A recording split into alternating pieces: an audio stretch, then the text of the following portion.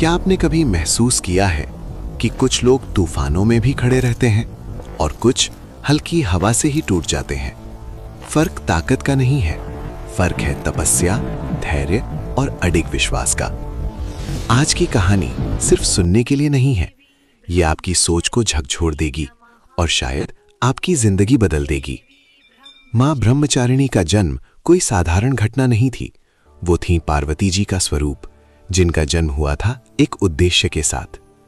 प्राचीन काल राजा हिमालय के घर जन्म हुआ एक दिव्य शक्ति का, मां पार्वती। लेकिन यह सिर्फ जन्म नहीं था, ये एक संकल्प की शुरुआत थी। बचपन से ही उनकी आंखों में एक ही लक्ष्य था, भगवान शिव को प्राप्त करना। लेकिन यह प्रेम नहीं, ये परम तपस्या का मार्ग था। भगवान शिव को पति रूप में प्राप्त करना ये इतना आसान नहीं था। देवताओं ने भी कहा, शिव को पाना है तो असंभव जैसी तपस्या करनी होगी। अब सोचिए, एक राजकुमारी जिसके पास हर सुख है, क्या वो सब छोड़कर तपस्या करेगी? यहीं से शुरू होती है असली कहानी। एक दिन उन्होंने ठान लिया, अब रुकना नहीं है, चाहे कुछ भी हो जाए। उन्होंने छोड़ दिए महल, त्याग दिए रेशमी वस्त्र और अकेली निकल पड़ी उस राह पर जहां सिर्फ संघर्ष था। और फिर शुरू हुई वो तपस्या जिसे सुनकर आज भी आत्मा कांप उठती है। वर्षों तक सिर्फ फल, फिर सूखे पत्ते और फिर पत्ते भी छोड़ दिए। ना अन्न, ना जल, ना आराम, ना सहारा।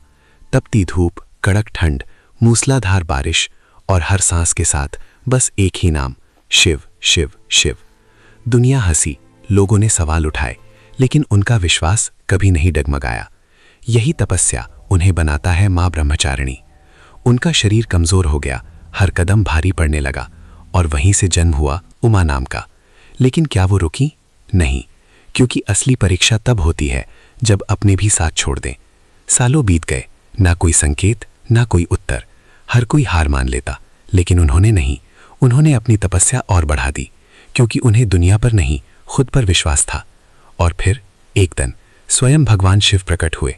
वो तब सफल हुआ, वो संकल्प पूर्ण हुआ। जब अटूट समर्पण किस्मत से टकराता है, तब चमत्कार जन्म लेते हैं। नवरात्रि का दूसरा दिन समर्पित है मां ब्रह्मचारिणी को। नवरात्रि के दूसरे दिन मां ब्रह्मचारिणी की पूजा क्यों की जाती है? क्योंकि यह दिन हमें सिखाता है तप, त्याग, धैर्य। इस दिन भक्त क्या मांगते हैं? मानसिक शक्ति, आत्मनियंत्रण, सही निर्णय लेने की क्षमता। ऐसा माना जाता है कि जो व्यक्ति इस दिन सच्चे मन से मां ब्रह्मचारिणी की पूजा करता है, उसका मन स्थिर होता है, जीवन में संघर्ष सहने की शक्ति मिलती है और वो अपने लक्ष्य से भटकता नहीं। यही कारण है कि इस दिन को साधना और आत्मशुद्धि का दिन माना जाता है।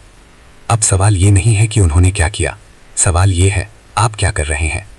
आपका सपना क्या है? आपकी तपस्या क्या है? अगर एक देवी हजारों साल तपस्या कर सकती हैं, तो आप कुछ महीनों तक क्यों नहीं? एक दिन आएगा जब आप थक जाओगे, जब लगेगा अब नहीं हो सकता।